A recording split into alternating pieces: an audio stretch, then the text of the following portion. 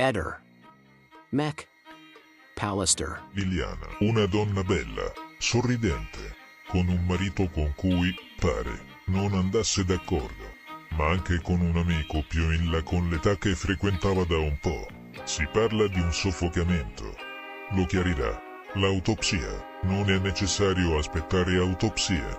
Liliana è uscita di casa sapendo di dover fare qualcosa, in tempi non lunghi, tanto che aveva dato un appuntamento successivo all'amico. Quel qualcosa l'ha portata alla morte. L'hanno uccisa? L'hanno senz'altro uccisa, indipendentemente dalle lesioni che si potranno trovare nell'autopsia. Nessuno si ammazza da solo e si infila in 2 sacchetti. Al limite te ne metti uno, non 2. Né uno si ammazza se frequenta una persona con cui si trova bene. Chi l'ha uccisa? Nella boscaglia c'era sicuramente qualcuno. Un terzo uomo? Un uomo o una donna? Bastava la forza di una donna? Bastava. La signora era minuta, e non se l'aspettava. Altrimenti, in un posto isolato, non ci sarebbe andata. La pista del maniaco. I maniaci ci sono, possono picchiare, dare una coltellata, ma qui c'è premeditazione.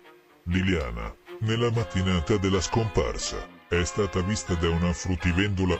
Sapeva già di doversi recare nella boscaglia. Sì, serviva un luogo almeno un po' nascosto.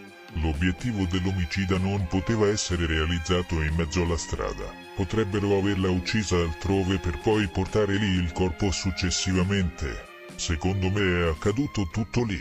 L'assassino sapeva quello che sarebbe successo. È stato un omicidio premeditato, perché il corpo non è stato nascosto accuratamente. Non c'era bisogno. Quello che contava era uccidere la donna. Ed è stato fatto nel modo più semplice possibile, perché i sacchi, per occultare un minimo il corpo, e per spregio, in fondo sei spazzatura. Purtroppo uno dei problemi della nostra giustizia è l'incapacità di fare autopsie rapide ed efficaci. Lo stesso ritardo, mi par di capire, riguarda le indagini. Il sistema penale fa ormai conto solo sui testimoni. Se uno parla, ci si muove. In caso contrario, si attende.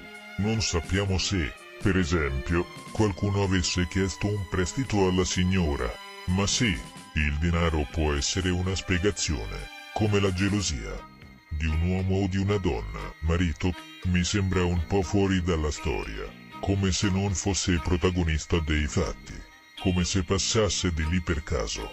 Certamente è un omicidio, attuato da una persona che non ha tutte le rotelle a posto. Se volessi uccidere, cercherei un alibi. Chi ha ucciso non mi pare ci abbia pensato. Questo potrebbe agevolare l'individuazione dell'assassino? L'articolo di Giallo di ieri ha portato un certo ottimismo, ha riconosciuto come ufficiale la love story che avrebbe cambiato la vita di Liliana. Claudio Sterpin, nel leggerlo, ha commentato in modo lapidario così. Era l'ora, lo sto ripetendo da 22 mesi. Ehi, non dimenticare di iscriverti a questo canale.